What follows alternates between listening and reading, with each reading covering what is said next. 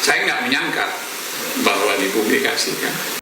Untuk mengendurkan ini pertentangan ini, saya membuat pernyataan sikap, ini pernyataan Sofyan Effendi terkait dengan informasi yang tersebar dari live streaming di kanal YouTube berjudul Langkah Update tentang judul mantan rektor UGM buka-bukaan pada tanggal 16 Juli 2025 tentang ijazah atas nama Bapak Joko Widodo.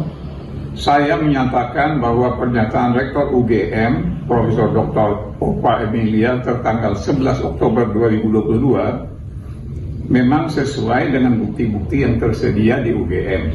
Jadi itu yang harus dipegang oleh semua anggota universitas kan. Sehubungan dengan itu, saya menarik semua pernyataan saya tentang dalam video tersebut, dan saya mohon agar wawancara dengan dalam kanal YouTube tersebut agar ditarik dari peredaran. Jadi ini karena saya tidak menyangka itu live streaming di YouTube itu disebarkan secara luas. Kalau itu pembicaraan antara sesama UGM sih oke, internal ya. Assalamualaikum warahmatullahi wabarakatuh. Pernyataan dari Profesor Sofyan Effendi ini sangat mengejutkan ya, membuat geger rakyat Indonesia, yang dimana statement beliau itu sudah panjang sekali dan itu live disaksikan oleh banyak rakyat Indonesia. Tapi entah kenapa hanya dalam waktu 1 hari saja beliau menarik kata-katanya. Tentu hal ini sangat aneh sekali ya guys. Rasa-rasanya tidak mungkin seorang profesor, seorang pemikir mengucapkan sesuatu tanpa tahu konsekuensinya, sehingga membuat beliau harus menarik ucapannya. Dan tentu pernyataan dari Profesor Sofyan Effendi ini sudah meyakinkan publik ya dengan apa yang diucapkannya, karena sangat natural sekali dan tanpa ada yang menyetir. Coba bayangin, Bung Rismon Sianipar itu menunda 3 hari loh untuk bisa bertemu dengan beliau. Lalu dengan sadar juga ketika itu hostnya itu membacakan komentar dari netizen. Bahkan ya ada ketika itu komentar netizen yang mengatakan, apakah Bapak Profesor Sofyan Effendi mau jika menjadi saksi di sidang gitu ya. Beliau pun menjawab, oh tidak mau, saya sudah tua. Saya juga nanti kalau dibentak-bentak sama polisi kurang lebih seperti itu. Gue tidak bisa menampilkan karena videonya juga sudah di take down guys. Nah tentu hal ini menandakan bahwasanya memang sebenarnya beliau sadar kalau video itu live dan akan dipublik. Maka dari itu ini sangat aneh sekali ya, ada keganjilan di dalamnya. Seperti video klarifikasi beliau yang mengatakan bahwasanya beliau tidak tahu kalau ini bakal dipublik dan dilihat masyarakat luas. Apakah ada tekanan atau intimidasi di dalamnya atau bagaimana? Kita tidak tahu guys. Tapi yang jelas ucapan dari Profesor Sofyan Effendi itu sudah menjadi penguat dugaan ijazah dari Pak Jokowi sendiri ya. Kita lihat videonya. Kenapa mantan rektor UGM menarik ucapannya terkait ijazah atau kelulusan Jokowi? Ya. Apakah karena intimidasi? Kita nggak tahu, tapi kita doakan agar keluarga Bapak itu baik-baik saja, karena kita sangat memahami bagaimana politik Indonesia itu bekerja. Menurut saya tidak ada tekanan untuk ini, karena saya melihatnya ini adalah ada kekeliruan dari Pak Sofyan, bahwasanya dalam wawancara tersebut ya, kalau kita lihat itu bukan mengalir, memang ada pengarahan di sana gitu loh. Kan kita bicara ini tidak bicara katanya dan katanya. Kalau kita bicara bahwasanya dikatakan tidak lulus MKDU dan sebagainya, itu kan mesti ada pembuktian dari situ, ya kan? Dan ini kan mereka kan semuanya sudah mantan ya. Artinya kan yang kita perlukan adalah yang sekarang ini ada mengemban amanah sebagai rektor maupun staf akademis dari Universitas Gadjah Mada gitu. Itulah yang kita percaya ya. apapun yang telah dilakukan itu, apalagi Ibu Rektor dikatakan bahwasanya ya di Rakyat Bersuara ya, Bang Roy Suryo mengatakan Ibu Rektor itu Baik. Profesor Ova sudah dipanggil ke Jakarta berapa kali oleh siapa? Paling tinggi di Indonesia, berarti kan presiden kalau paling tinggi di Indonesia Baik. ini. Apakah semacam itu? Ini kan ada fitnah-fitnah lagi nih sebetulnya gitu. Intinya ya Mbak Yandra ya, itu tidak ada artinya penekanan itu. Beliau sadar bahwasanya ya beliau sudah digunakan oleh pihak-pihak dari Roy Suryo CS gitu. Makasih.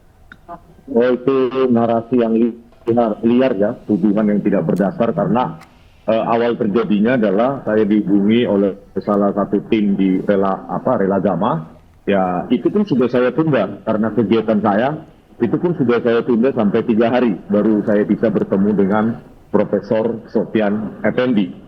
Nah, jadi tidak ada tekanan-tekanan atau arahan-arahan seperti dibilang oleh Andi Aswan. Itu sangat-sangat tidak berdasar. Dan saya hari ini juga mengkonfirmasi ya, mewawancarai Ketua KPUD Solo ya saat ini, yaitu Justinus Arya Akswara ya.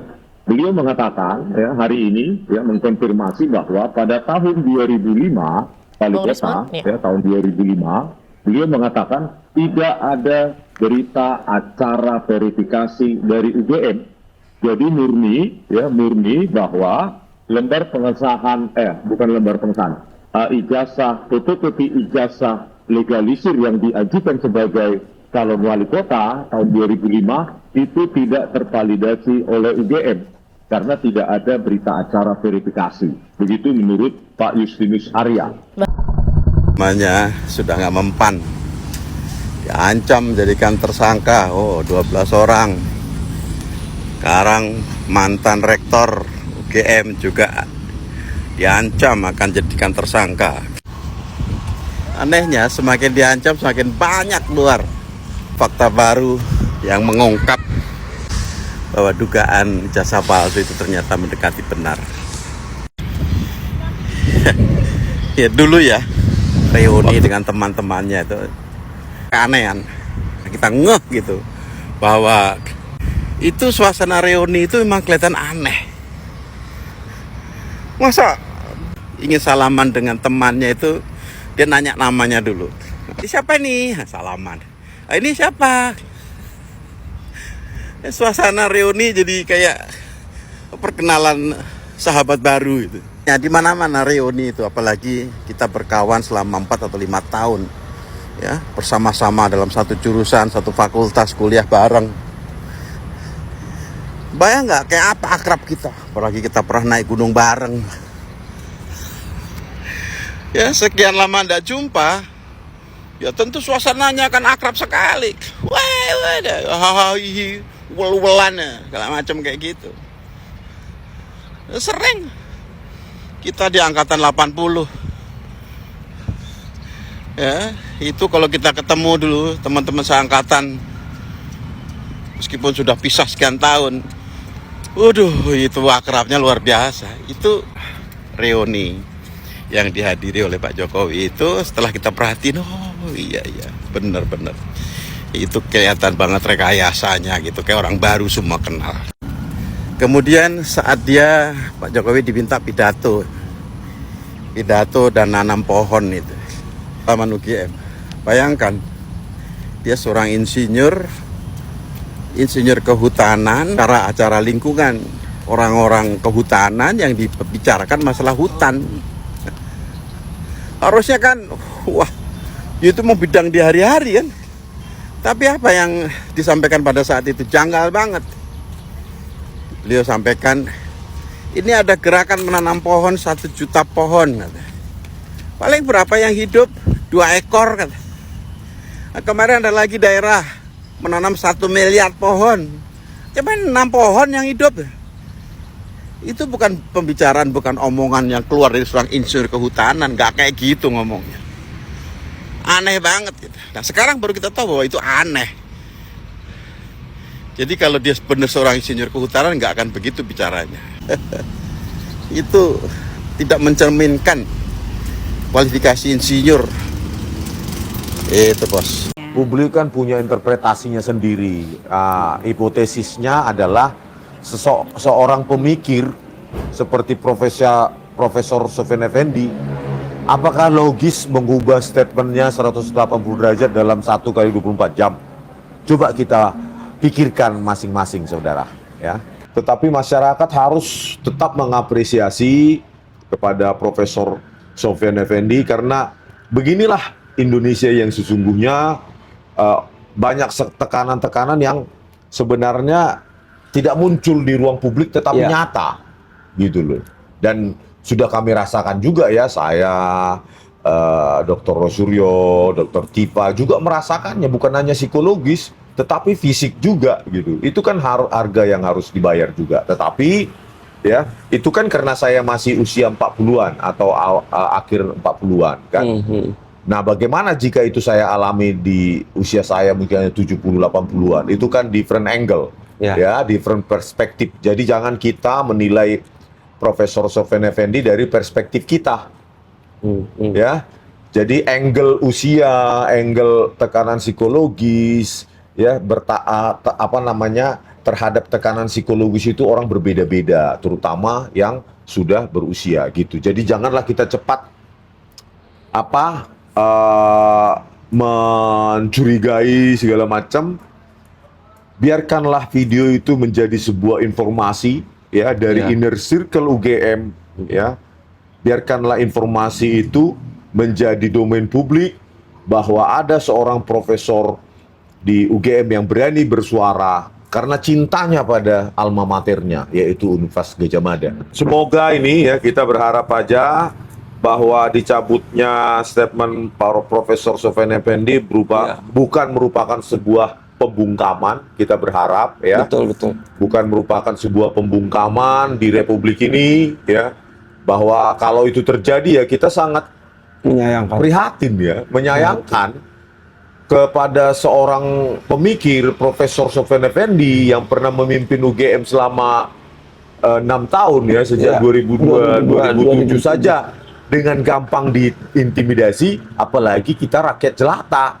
Mudah-mudahan ini bukan merupakan bagian dari intervensi maupun pembungkaman ya, karena itu bukan cita-cita dari pejuang-pejuang kita yang telah merelakan nyawanya. Itu aja dah pokoknya ya.